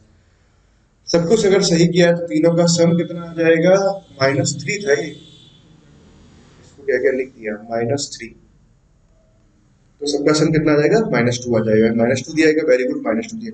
अकॉर्डिंगली मैं 3 ऑप्शन तो वेरीफाई कर चुका हूँ ना, ए बी डी तो सही है, सी ऑप्शन आपके लिए छोड़ा हुआ था, ए बी डी ट्राई कर लेते हैं, 46 का ए बी सी डी चारों ही सही है, मतलब वो भी सही आएगा, ठीक है। तो वहां पर क्वेश्चन नंबर 4 बहुत अच्छे ढंग से हमने समझ लिया, कहीं भी इसमें कहीं कोई दिक्कत नहीं है ना। आगे मूव करते हैं क्वेश्चन नंबर 5 की तरफ। क्वेश्चन नंबर 5 समझो, क्या देखा है, which of the following statement is are correct, कौन सा स्टेटमेंट सही है, ये पूछा गया। तो समझते हैं पहला question, if argument of Z कितना दे रखा है, 0 से लेकर 5.3 तक दे रखा है, तो minimum value of this edge, तो देखो पहला option a, argument of z that is less than equal to 5.3 greater than equal to 0, मतलब ऐसे कुछ दे रखा है कि π/3 होगा तो ये इक्वेशन ऑफ ऐसे कुछ मालूम है ना आपको, आर्गुमेंट ऑफ जेड रे को रिप्रेजेंट करेगा जो रियल एक्सिस में 60 डिग्री का एंगल बनाएगा π/3 का, ऐसा कुछ आ गया। और आर्गुमेंट कैसा होना चाहिए, 0 के इक्वल, मतलब इस बीच में यहाँ कहीं जेड लाई कर रहा है ना। ये कैसे बनाया वो आप कुछ सोचते रहना है ना, जिनको नहीं पता है, जिनको पता है वो समझ जाएंगे बात को। ओके, अब देखो सवाल में पूछा है मिनिमम वैल्यू ऑफ दिस, तो देखो 2√3 जेड माइनस का 6 आयोटा, तो 2√3 तो ले लिया हमने कॉमन, तो जेड यहां से है 2 से डिवाइड कर दिया और यहाँ -√3 आयोटा आ गया, और √3 आयोटा हमारे पास में कहा है, यहाँ कहीं है, 0, ये पॉइंट है।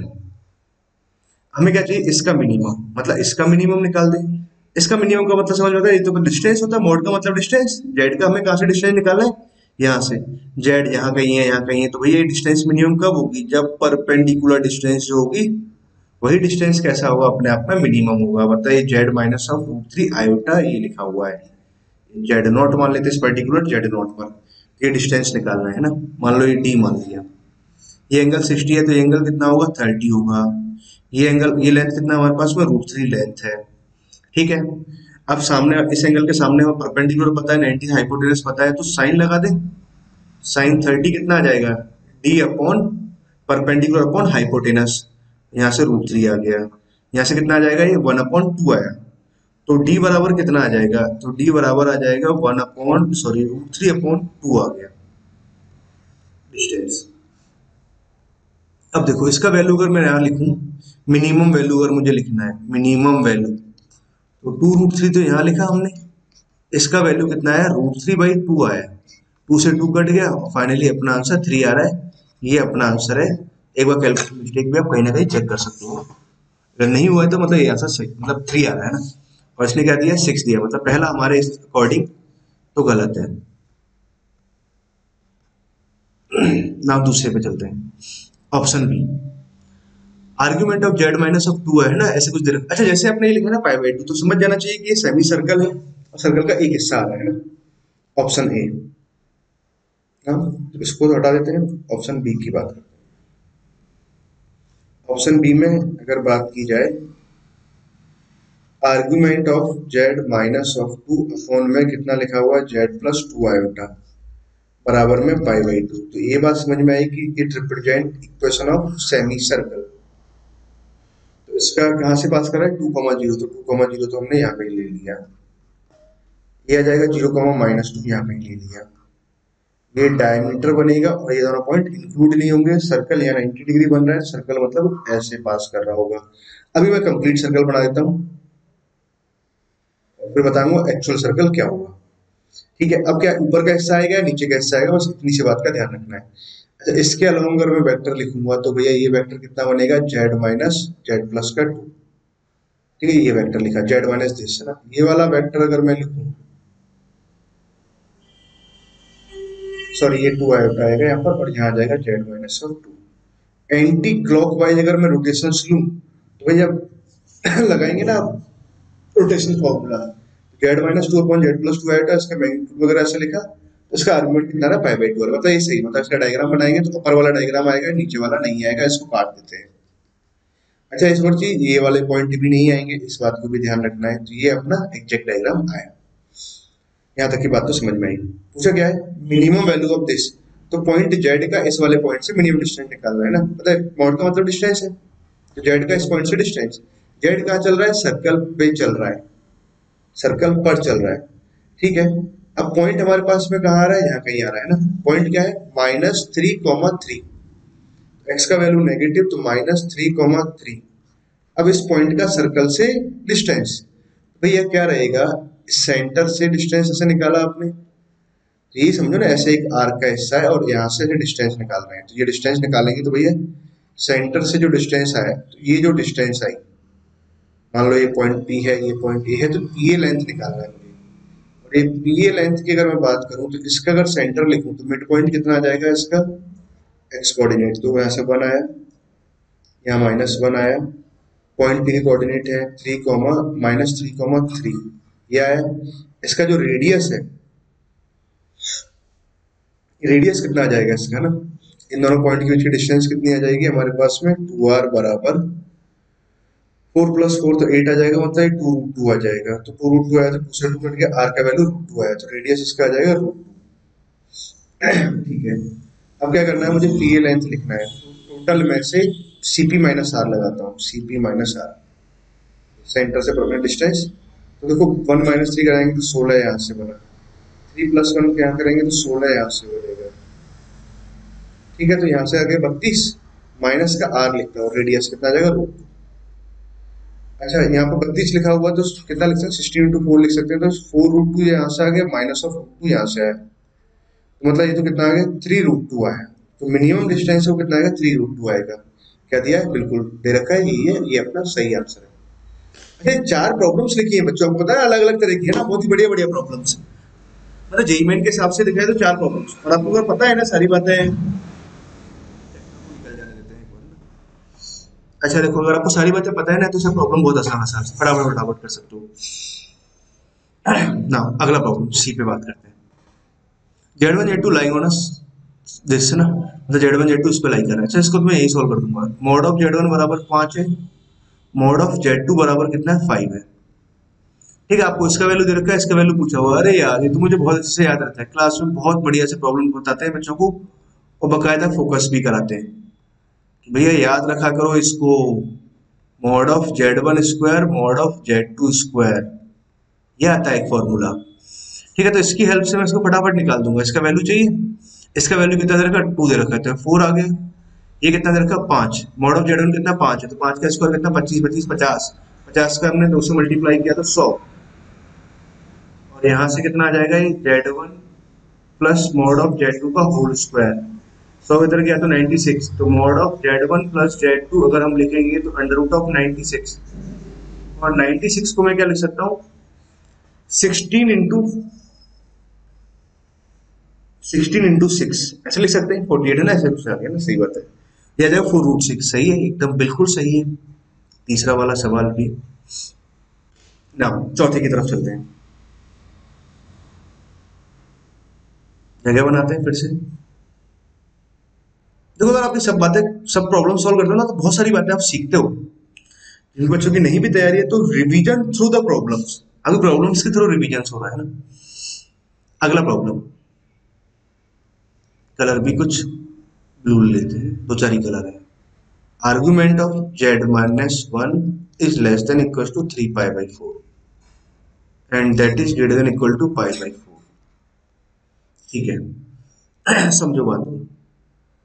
अच्छा आर्गुमेंट ऑफ z माइनस 1 इसके बीच में लाई कर रहा है, मेन पार्ट ऑफ z ऐसे कुछ दे रखा है। अच्छा देखो पहली बात तो क्या है कि सभी बच्चों को पता होना चाहिए कि argument of z minus z nought, जैसे मैंने थीटा लिखा तो it represent equation of line, not equation of line, equation of ray जो passing through the point z nought, जो z नॉट से पास कर रही है और makes an angle theta with the x axis, real axis से, और z not include नहीं होता। ठीक है ऐसे कुछ है। अब इसको समझाता हूँ ना। तो यहाँ से अगर आप समझे, इसका अगर मैं डायग्राम बनाऊं तो इट रिप्रेजेंट इक्वेशन ऑफ रे पासिंग थ्रू द पॉइंट 1,0 और makes an angle 3 pi by 4, मतलब एक तो पाई बाई 4 एंगल बना रहा है ना, पहले हमने बराबर मानते हुए किया ना, और एक एंगल बना रहा है 3 पाई बाई 4, तो ये आ गया। तो ये डायग्राम है आर्गुमेंट ऑफ z माइनस 1 बराबर पाई बाई 4 का। ये डायग्राम है आर्गुमेंट ऑफ z माइनस 1 बराबर 3 पाई बाई 4 का। ठीक है, इमेजिनरी पार्ट ऑफ z बराबर 2, तो बराबर 2 का डायग्राम ये बना लिया। पहले हमेशा इक्वल टू का डायग्राम बनाए, इक्वल टू का ना, फिर ग्रेटर देन लेस देन तो हमेशा एक रीजन को रिप्रेजेंट करेगा। तो इमेजिनरी पार्ट ऑफ जेड कैसा होना चाहिए, 2 से छोटा होना चाहिए, मतलब नीचे वाले रीजन की बात कर रहा है ये। Argument of Z pi by 4 से बड़ा होना चाहिए, मतलब इस रीजन के बारे में बात कर रहा है, ऊपर वाले रीजन के बारे में। ये इससे क्या 3 पाई बाई 4 से छोटा होना चाहिए argument of Z. 3 pi by 4 से छोटा, इस इधर जाएंगे तो बड़ा बनेगा, तो मतलब इधर की साइड की बात कर रहा है। तो मतलब देखा जाए तो इनडायरेक्ट वे में ये बन रहा है, और ये क्या बना हमारे पास, एक ट्राइंगल। और इस ट्राइंगल का आपसे पूछा हुआ एरिया, तो ठीक है ट्राइंगल का एरिया पूछा हुआ था, ये लाइन हमें मालूम है, तो बस बेस इनटू हाइट लगा देते हैं। तो ठीक है इस लाइन की क्वेश्चन लिख लेता हूँ। इस लाइन का स्लोप कितना आ जाएगा, यहाँ पाई बाई 4 एंगल बना रहा है तो 45 डिग्री इसका आ रहा है, स्लोप कितना आ गया 1 आ गया, पॉइंट 1,0 है। तो इक्वेशन ऑफ लाइन जब लिखेंगे तो y माइनस y1 बराबर के slope 1 into x minus x1, ये आ गया इस लाइन का स्लोप। दूसरी लाइन का स्लोप कितना आ जाएगा, y माइनस 0 यहाँ से आ गया, स्लोप आ जाएगा -1 और x माइनस x1। तो ये हमारे पास में लाइन आ गया y बराबर x-1, दूसरा लाइन आया y बराबर -x और +1, ये आया। चलो इस पॉइंट के अगर मैं कोऑर्डिनेट निकालने की कोशिश करूं, इस लाइन और इस लाइन के साथ सॉल्व कर देते हैं। y बराबर 2 यहाँ डाला तो x कोऑर्डिनेट तो चलो 2 ही रहेगा, y बराबर 2 डालेंगे तो x का वैल्यू यहाँ से 3 आ जाएगा। इसकी अगर बात करें तो y कोऑर्डिनेट तो हमारे पास में 2 है, y कोऑर्डिनेट 2 है तो हमने यहाँ डाल दिया, तो x का जब वैल्यू निकालेंगे तो 2 इधर जाएगा तो -1 आ रहा है, मतलब -1 आ रहा है। अब देखो चित्र जो बनाया हुआ है थोड़ा सा गड़बड़ है ना, ये लाइन कुछ ऐसे जा रही होगी, इधर की साइड कट कर रहा होगा, पर अब कोई दिक्कत नहीं, रब डायग्राम की बात कर रहे हैं। y minus y1 0 m into x minus x1 सही है, -x +1, y बराबर 2 रखा हमने, आ जाएगा x का वैल्यू -1 सही है। ठीक है, अब देखो एरिया लिखना है, तो एरिया लिखना बहुत आसान बात है, इस ट्राइंगल का area half base length, directly calculate कर लो बेस लेंथ, 3 और 1 4 आ गया बेस लेंथ, दोनों के बीच का डिस्टेंस। हाइट कितना आ रहा है, 2 आ रहा है, 2 हाइट आया, 2 से 2 कट गया तो 4 आया आंसर, ये कितना है 4 आ जाएगा। ठीक है, तो ये भी अपना आंसर आ रहा है, मतलब अपने हिसाब से क्या हुआ, बी सी डी सही है, बल्कि पहला वाला गलत है। पहला वाला है ना आसान सा, बी सी डी आंसर आ रहा है ना। ओके, आंसर 5वें का बी सी डी बिल्कुल सही, एकदम करेक्ट जवाब है ना। ना मूव करते हैं हम आगे के प्रॉब्लम्स। आई होप आपको यहाँ तक की सारी प्रॉब्लम सीख करके मजा आया है ना, मजा आ गया, मजा। वाह, अगला हमारे पास पैराग्राफ है, बहुत ध्यान से समझना। कैसे समझोगे, बहुत ध्यान से। ओके, थोड़ी सांस ले लेते हैं। 6 7 था ना, और एक तीसरा क्वेश्चन भी दे रखा है ना, ये इसका एडिशनल है, समझो बात को। तो कभी भी जब प्रॉब्लम को सॉल्व करते हो ना, ठीक, अगर आप उसके पास ऑप्शंस दे रखे हैं, क्या बोला मैंने, ऑप्शंस दे रखे हैं, जैसे पहले वाली जस्ट डीपीपी की भी बात करूंगा ना, पहले ये बात कर लेते हैं। अगर आपको ऑप्शंस दे रखे हैं तो ऑप्शन से कुछ ना कुछ हिंट लेना चाहिए आप लोगों को। इससे पहले वाली डीपीपी में जो था ना, अपने 2 नंबर को रिमूव किया था 15वें नंबर के डे, उसमें आंसर्स में देखा था एन का वैल्यू 50 वगैरह कुछ ऐसे दे रखा था, वहां से हिंट लेना चाहिए।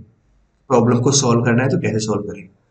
अब देखो यहाँ पे मॉड ऑफ समथिंग लिखा हुआ है, a x b x c x सब लीनियर है, तो a x b x c x polynomial दे रखे if they exist satisfying for all value of x such that mod of एक linear polynomial, mod of b x option से देखा एक linear polynomial, option C से देखा हमने linear polynomial, उनका जो मैग्नीट्यूड है ना, ऐसा कुछ या मैग्नीट्यूड समथिंग ऐसा कुछ एक्सप्रेशन दे रखा है, तो मॉड हटाने के बाद में ये रिलेशन आ रहा है।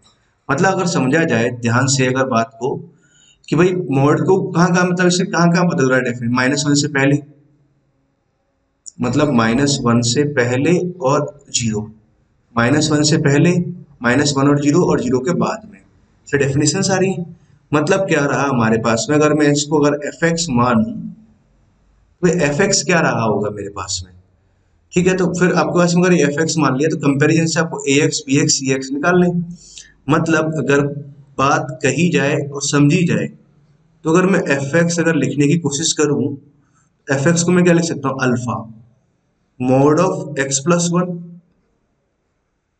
Plus sign, beta mode of x plus sign, gamma और डेल्टा, इस तरह से लेते हैं expression, gamma x plus delta. ये बात की जाए F x, this is F x, यही एफ एक्स बनेगा ना हमारे पास में, जो -1 और 0 का राउंड चेंज कर रहे हैं, बस मॉड की डेफिनेशन को तो हमने ओपन किया है। ओके, समझ गया बात, बहुत अच्छी समझ गया आप लोग बात, तो यही है ना। अब क्या करते हैं, इस मॉड की अगर डेफिनेशन अगर मैं समझूं, फिर से अगर मैं इस मॉड की डेफिनेशन लिखूं, तो अब देखो ये डेफिनेशन हमारे पास दे रखी है, सिंप्लीफाई करके हम लिखते हैं फिर से, x अगर -1 से छोटा है, x अगर -1 और 0 के बीच में है, और x अगर 0 से बड़ा है, इक्वल टू हमने यहाँ बीच वाले पे ले लेते हैं, कहीं भी लिख लो खास फर्क नहीं पड़ता है, अकॉर्डिंग द प्रॉब्लम नहीं आनी है। इस पहले वाले मॉड को अगर खोला जाएगा तो माइनस साइन से खुलेगा, x अगर -1 से छोटा हुआ तो x प्लस 1, इसको माइनस साइन से खोलेंगे तो minus beta x plus gamma x plus delta. या दूसरे वाले मॉड को अगर हम खोलें, x जब -1 से बड़ा है तो ये पॉजिटिव खुलेगा, ये नेगेटिव खुलेगा, तो alpha x plus 1 minus beta x gamma x plus delta.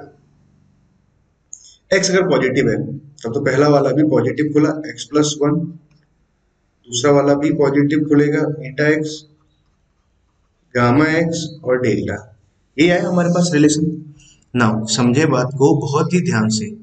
अब मैंने एक एक्स की टर्म को एक साथ लिखते हैं, एक्स की टर्म को, तो माइनस अल्फा माइनस बीटा और प्लस का गामा, ठीक है। 4 अननोन है तो 4 कंडीशन आपके पास आनी चाहिए ना, वो आ जाएंगी। अब कांस्टेंट टर्म देखें, तो यहां से हमारे पास पहले पॉजिटिव वाले लेते हैं, डेल्टा माइनस अल्फा कैसे लिख लिया, एक्स जब -1 है, यहां से अगर एक्स की टर्म्स में लिखो,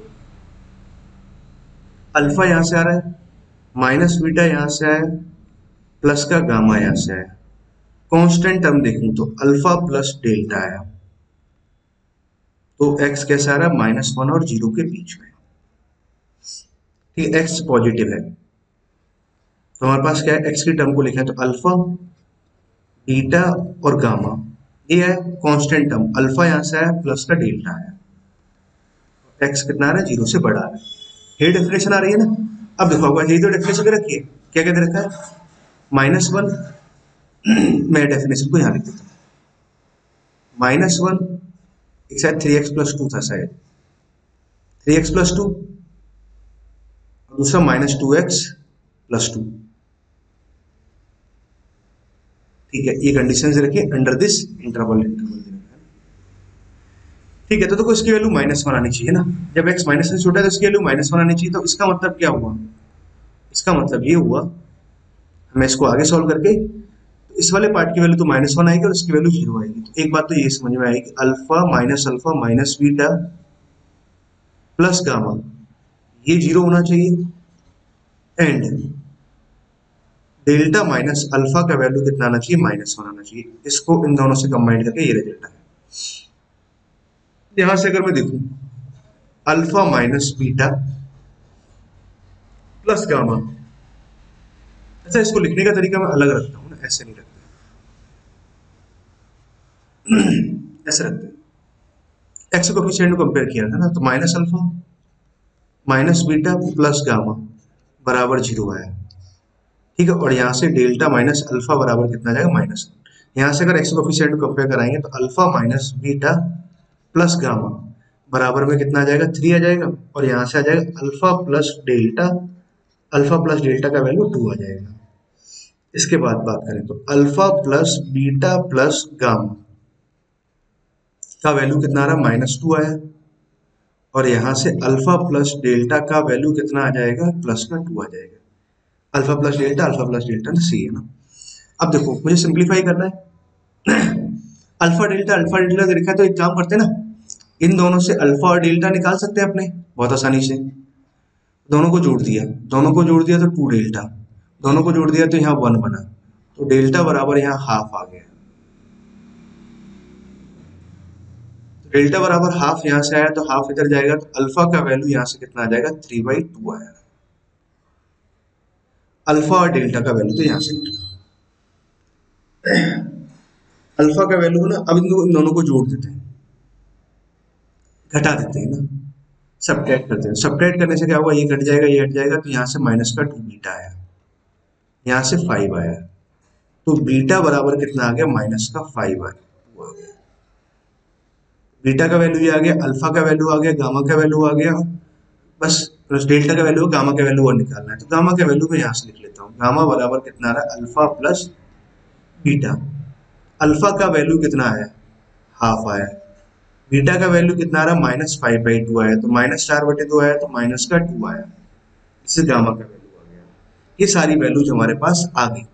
अब ये सारी वैल्यूज आ गई, तो इन वैल्यूज को यहाँ पुट कर देते हैं और उसके अकॉर्डिंग फिर फंक्शंस लिख देंगे। अल्फा का वैल्यू कितना आ रहा है, अल्फा का वैल्यू 3/2 आया, तो 3/2 मॉड ऑफ x+1। बीटा का वैल्यू कितना आया, -5/2, minus of 5/2 mod of x। Gamma का वैल्यू कितना आया, गामा का वैल्यू आया -2, गामा का वैल्यू आ रहा है -2। शायद सब कुछ सही किया है, तो अल्फा बीटा गामा का वैल्यू -2x, और डेल्टा का वैल्यू कितना आ रहा है, हाफ आ रहा है। मतलब प्रॉब्लम बड़ा आसान है, कहीं पर भी डिफिकल्ट नहीं है। अगर मेरे से कहीं को गलती हुई है तो आप कैलकुलेशन चेक करके देख सकते हैं ना, मैंने कहीं कोई मिस्टेक तो नहीं किया ना। अब देखो पहला हमने ax माइनस बी एक्स, तो ax हमारे हिसाब से अकॉर्डिंग आंसर आ रहा है 3x + 3/2 करके आ रहा है, डी आ रहा है ना मेरे अकॉर्डिंग, 6 का डी आंसर, ठीक है। बी की बात करता हूँ, माइनस बी एक्स, तो माइनस चाहिए इन्होंने दिया, तो बी एक्स हमारे पास में कितना आ जाएगा, -b, 5/2 को अंदर ले गए तो 5x/2 आया। 7 का आंसर बी आ रहा है अकॉर्डिंग बी। सी की बात करते हैं, गामा का वैल्यू, कुछ डेल्टा का वैल्यू गड़बड़ कर रहे हैं क्या, -4/2 किया तो -2 आ रहा है, गामा का वैल्यू -2 आया, -2 x प्लस का हाफ। हाँ, कुछ गलती की है, या तो यहाँ लिखने में गलती हुई है, या फिर यहाँ पर -2x होना चाहिए, या फिर गामा का वैल्यू निकालने में कैलकुलेट गलती की है ना। चलो ठीक है, आप कैलकुलेशन चेक कर लेना, कहीं कोई दिक्कत नहीं, कंसेप्ट वाइज आप प्रॉब्लम समझ गए, ठीक है। ओके, अभी देख लेते हैं हमने सही किया कि नहीं किया। 6 और 7 का डी और बी, 6 और 7 का answer d and b, 6 and 7 का आंसर डी एंड बी है ना, बिल्कुल सही कर रहे हैं। इसका आंसर कितना दे रखा है, स्टार का आंसर ए दे रखा है, ए दे रखा है, तो मतलब क्या आ रहा है हमारे पास, गामा का वैल्यू -1 आना चाहिए हिसाब से, या फिर यहाँ गलती है या फिर यहाँ गलती है ना, कहीं एक जगह गलती है, आप चेक कर लेना, कोई दिक्कत नहीं है ना, बाकी अपने दोनों ठीक है ना। मूव करते हैं आगे के प्रॉब्लम पर। 3 प्रॉब्लम दे रखा है न्यूमेरिकल टाइप ऑफ प्रॉब्लम्स में, 8वां एक प्रॉब्लम ये आ गया, दूसरा प्रॉब्लम ये आ गया, तीसरा प्रॉब्लम ये आ गया। तीनों प्रॉब्लम बहुत छोटे छोटे से ना, कहीं पर भी कोई डिफिकल्टी नहीं है ना। सॉल्व करते हैं फटाफट। क्या दे रखा है, एफ एक्स बराबर, ये एक पॉलिनोमियल दे रखा है ना, f(x/1 - x) बराबर ये दे रखा है। a0 का वैल्यू 1 है, b1 का वैल्यू इतना है, b3 का वैल्यू k है। Area bounded by this and the x axis y axis and x y root three upon x y root three h a दे रखा है। ग्रेटेस्ट इंटीजर ऑफ ए पूछा हुआ है ना। ठीक है, तो पहला काम तो क्या करना चाहिए, इसको सिंप्लीफाई करना चाहिए। सिंप्लीफाई कैसे करेंगे, F x upon one minus x, तो हमारे पास यहाँ दे रखा है, तो ये दे रखा है b not b one x b two x square b three x cube dot dot b n x power n. F x को अगर मैं ऊपर ले जाऊं तो इससे मैं क्या लिख सकता हूँ, अब देखो वन माइनस, अच्छा एक पॉइंट ही समझो, इसको मैं हमेशा याद रखता हूँ, मेरे बच्चे सारे इसे याद रखते हैं, और आप भी पढ़ रहे हो तो आप भी मेरे ही बच्चे हुए, मेरे द्वारा पढ़ाए हुए बच्चे हुए ना। तो one plus x square x cube है ना, ऐसे चलते रहेंगे, वो सब आता है ना, एक इनफाइनाइट जीपी का सम लिखा हुआ है नाउ। तो अब देखो एफ एक्स का वैल्यू कितना है, a nought a one x a two x square dot dot, ठीक है, जो जरूरत पड़ेगी वहां से वैसे लिखेंगे। इसको लिख सकते हैं one plus x square plus x cube, ऐसे कुछ लिखा। यहाँ से b not b one x b two x square b three x cube, b three x cube तो क्या है ना, समझे समझे समझे।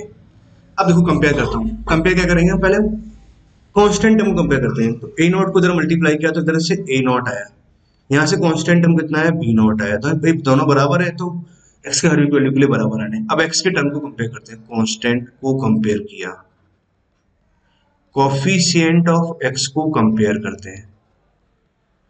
ए नॉट को मल्टीप्लाई कराएंगे यहाँ इसके एक्स से, तो यहाँ ई नॉट आया, एक्स को मल्टीप्लाई कराएंगे इसके कांस्टेंट से, तो यहाँ ए वन आया, एक्स के टर्म को कंपेयर किया तो यहाँ बी वन आया, ठीक है।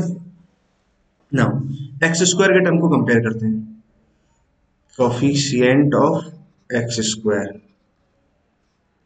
कोफिशिएंट ऑफ एक्स स्क्वायर, तो अब देखो ए नॉट को इसके एक्स स्क्वायर से मल्टीप्लाई किया तो a nought, a one x को इससे एक्स से मल्टीप्लाई कराएंगे तो यहाँ ए वन, ए टू को इसके कांस्टेंट से तो यहाँ ए टू आया, दिस इज बी टू आ गया। अब आप समझ सकते हो कोफिशिएंट ऑफ एक्स क्यू अगर मुझे लिखना है तो कितना आ जाएगा, बी थ्री, तो ये आ जाएगा a nought a one a two और a three, this is the b three ना, ऐसे कुछ है। अब देखो बात को समझे, ए नॉट का वैल्यू वन है, ए नॉट का वैल्यू अगर वन है तो भैया इसका वैल्यू वन हुआ तो बी नॉट का वैल्यू कितना आ जाएगा, वन ही आ गया। एक बात, बी वन का वैल्यू थ्री है, तो बी वन का वैल्यू अगर थ्री है और ए नॉट का वैल्यू वन है, तो यहाँ ए वन आया और बी वन का वैल्यू थ्री है, ठीक है, तो यहां से ए वन का वैल्यू कितना आया,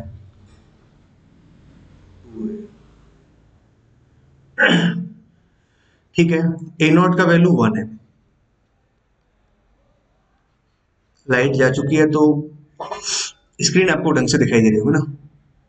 उसके बाद में बी थ्री, अच्छा आगे क्या दे रखा है, a nought a one a two a three are in GP, ये जीपी में दे रखे हैं, तो भाई अगर ये जीपी में है तो a nought a one a two a three a four, ये अगर जीपी में है तो इसका वैल्यू वन है, इसका वैल्यू टू है, कॉम्बिनेशन टू है तो इसका वैल्यू फोर हो जाएगा, इसका वैल्यू एट आ जाएगा, ये आएगा ना।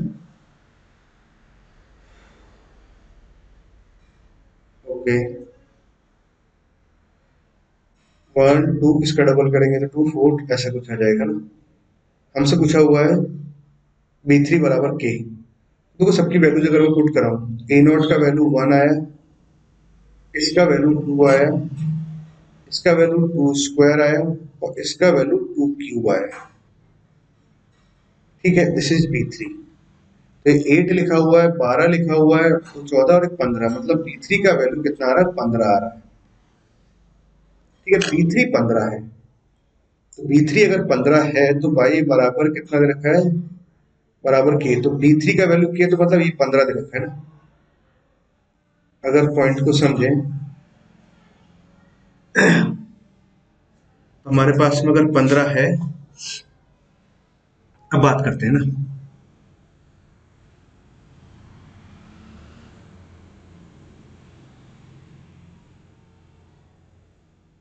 इसको सबको हटा देते हैं। बी थ्री का वैल्यू 15 ना, 15 आया, मतलब k का वैल्यू 15 आ रहा है। y बराबर कितना दे रखा है हमारे पास में 15/1 प्लस एक्स स्क्वायर, ये दे रखा है। इसका डायग्राम बनाना बहुत आसान बात होती है ना। हमेशा ध्यान रखो x बराबर 0 पे इसकी वैल्यू 15 आ जाएगी, तो मतलब डायग्राम कुछ ऐसे आएगा, इन्फिनिटी पे कुछ ऐसे और सिमेट्रिक डायग्राम आएगा, है ना। ये इसका डायग्राम आ जाएगा।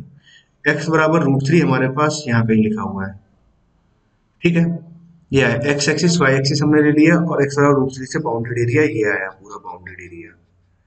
इसका एरिया लिखना है तो ये बहुत आसानी से लिख सकते हैं। एरिया आ जाएगा 0 से लेकर के √3 15 बाई डॉट डी एक्स, तो 1 plus x square D x यहाँ से आ गया, 15 यहाँ से आ जाएगा, ये tan इनवर्स एक्स बनेगा, और लिमिट आ जाएगा 0 से √3, तो यहाँ √3 पुट कराएंगे तो 60 डिग्री, तो पाई बाई 3 आ जाएगा, तो ये 5 पाई बना, 5 पाई बना। आई थिंक स्टूडेंट इसके आंसर में शायद करेक्शन था ना। इसका एरिया ए आ रहा है, तो ए बराबर कितना आ जाएगा 15 पाई, ठीक है। ये आ रहा है ना, कैलकुलेशन एकदम चेक भी कर लेना आप लोग ना। अब ये 5 पाई है ना, मतलब 15 पॉइंट समथिंग कुछ ऐसा हुआ ना, 15 पॉइंट समथिंग है। आप ग्रेटेस्ट इंटीजर लोगे तो कितना आ जाएगा 15 आ जाएगा, ये आंसर रहेगा। सर इसका आंसर था 7 दे रखा है ना, आई थिंक इसका आंसर को चेंज कर लेना आप लोग ना, या फिर कहीं अगर कैलकुलेशन मिस्टेक है तो वो देख लेना ना। कंसेप्ट वाइज आप प्रॉब्लम समझ गए हो ना यहाँ से। चलो ठीक है, नेक्स्ट प्रॉब्लम की तरफ मूव करते हैं। नाइन्थ प्रॉब्लम, नाइन्थ प्रॉब्लम हमारे पास क्या दे रखा है, एफ एक पॉलिनोमियल, मतलब बाइनोमियल टाइप का कुछ है ना, ट्राइनोमियल कुछ कह सकते हो। इसका जो एक्सपेंशन है x पावर 30 x पावर 29 ऐसे कम होती आ रही x, फिर एक कांस्टेंट टर्म आ रहा है, फिर x पावर -1 ऐसे, और x पावर -30 तक कुछ ऐसे जा रहा है। c हमारे पास में क्या दे रखा है, n0 प्लस n1 सबका सम दे रखा है, तो c निकालना तो बहुत आसान बात होगी। कैसे, इस वाली इक्वेशन में अगर x बराबर 1 आप पुट कर दें, इधर अगर 1 पुट कर दें तो इधर तो आ जाएगा n0 n1 plus n2 dot dot n60 तक। 1 जब पुट कराएंगे तो यहाँ 0 आ जाएगा, मतलब सिंप्लीफाई करने पे 0 आ गया, तो इसका वैल्यू तो कितना आ जाएगा, 0 आ गया, मतलब c का वैल्यू 0 आया, ठीक है। Find the value of a plus b if c minus of n30। n30 हमारे पास में क्या दे रखा है, n30 कांस्टेंट टर्म दे रखा है इन दिस एक्सपेंशन, तो कांस्टेंट टर्म निकालता हूं। मतलब n30 हमारे पास में क्या है, कांस्टेंट टर्म है, कांस्टेंट टर्म।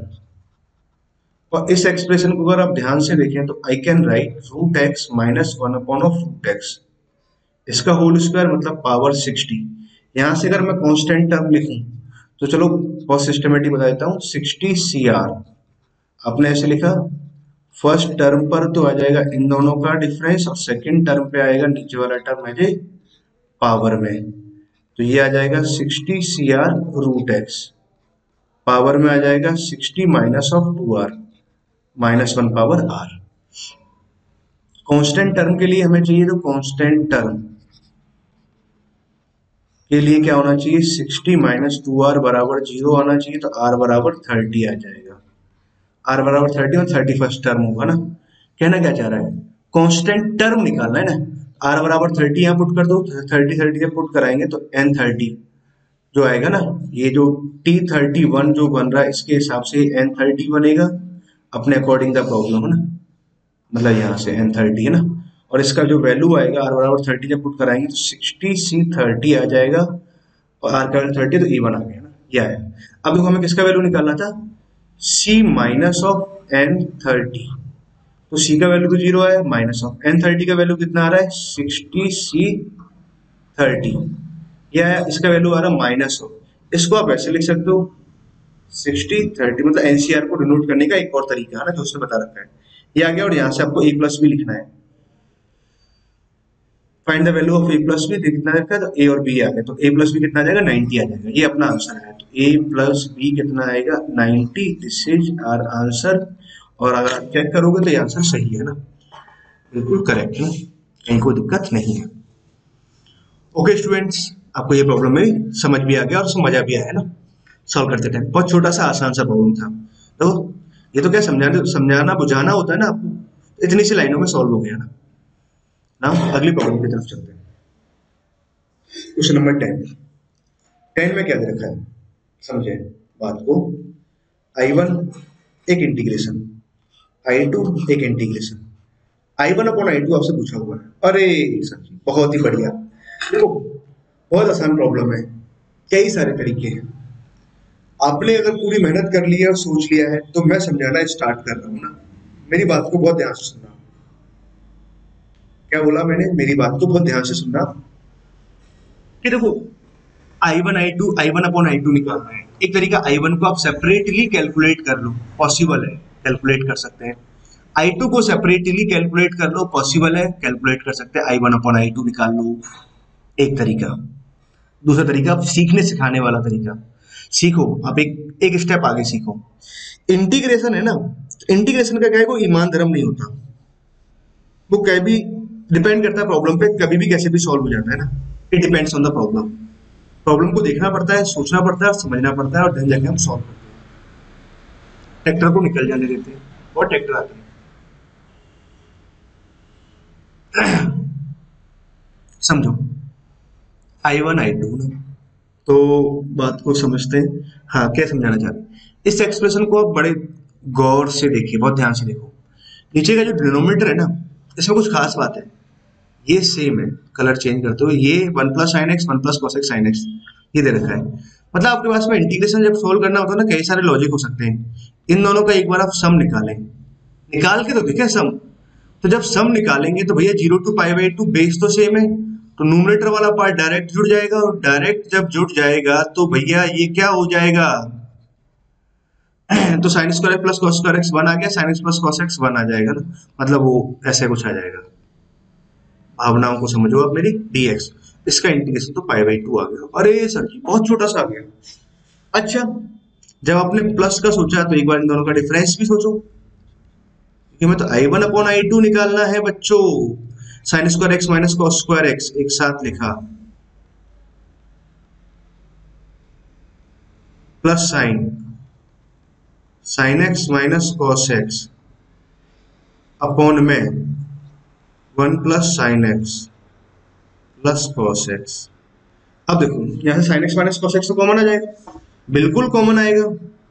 तो 0 to π/2, तो sin x - cos x तो कॉमन आया, अंदर क्या बचा? sin x + cos x + 1 cut गया। गजब गजब गजब गजब गजब की बात है। अब इसको इंटीग्रेट कर सकते हो आप लोग। sin x - cos x को इंटीग्रेशन करेंगे तो cos x का इंटीग्रेशन तो कितना आ जाएगा? सॉरी, sin x का इंटीग्रेशन माइनस sin x। अच्छा, इसका वैल्यू डायरेक्टली आप 0 लिख सकते हो। एक प्रॉपर्टी आप लगाओ ना, sin π/2 - x, तो cos x - sin x, मतलब मैंने ये वाली प्रॉपर्टी लगाया, 0 से लेकर के 2a fx dx। f(2a - x) निकालो, यहाँ cos x आया, माइनस sin x आया, माइनस साइन कॉमन लेंगे तो फिर से ये बन जाएगा माइनस टाइम्स, तो इसकी वैल्यू आ गई 0। इसकी वैल्यू 0 आ गई, तो बच्चों इसकी वैल्यू 0 आई, और I1 - I2 का वैल्यू आ रहा है 0। और यहाँ से आपको I1 = I2 पूछा था ना, अरे मुझे तो पहले भी सम निकालने की कोई जरूरत नहीं थी ना, कोई जरूरत नहीं थी, क्योंकि I1 = I2 तो यहाँ से आ गया। इन दोनों का अपॉन कर दो तो 1 आ जाएगा इसका वैल्यू। ठीक है, कुछ और पूछ लेता तो I1 + I2 की जरूरत पड़ती है, I1/I2 = 1 आ जाएगा। तो क्या आंसर आया? 1 आंसर आया मेरे बच्चों, 1 आंसर आया। तो आंसर चेक करते हैं, 10वें का आंसर कितना है? 1। बहुत मेहनत लगती है बेटा ये सब करने में ना। 10वें का आंसर 1 था, 9th का आंसर 90 आ रहा है। हाँ 90 आ रहा था ना, वो 60 से 30 ना, सही था ना। चलो स्टूडेंट्स, अच्छा हाँ 8th का आंसर में गड़बड़ था, 7 मेरा 15 आ रहा था कुछ ना। चलो चेक कर लीजिएगा ना आंसर, कोई दिक्कत नहीं, कंसेप्ट वाइज आप प्रोसेस जाते हो। तो बच्चों देखो, हमने इस डीपीपी की सारी प्रॉब्लम्स सॉल्व कर ली। उम्मीद करते हैं डीपीपी को एक बार आपको शकल दिखा देते हैं। देखो ये डीपीपी हमने इन सभी प्रॉब्लम्स को प्रैक्टिस किया था, तो ये सभी बढ़िया प्रॉब्लम्स थी, कुछ आसान कुछ डिफिकल्ट जैसे हमेशा आती है। बहुत ही अच्छे बच्चों ना। ओके, लास्ट में थैंक यू बोल देते हैं, थैंक यू।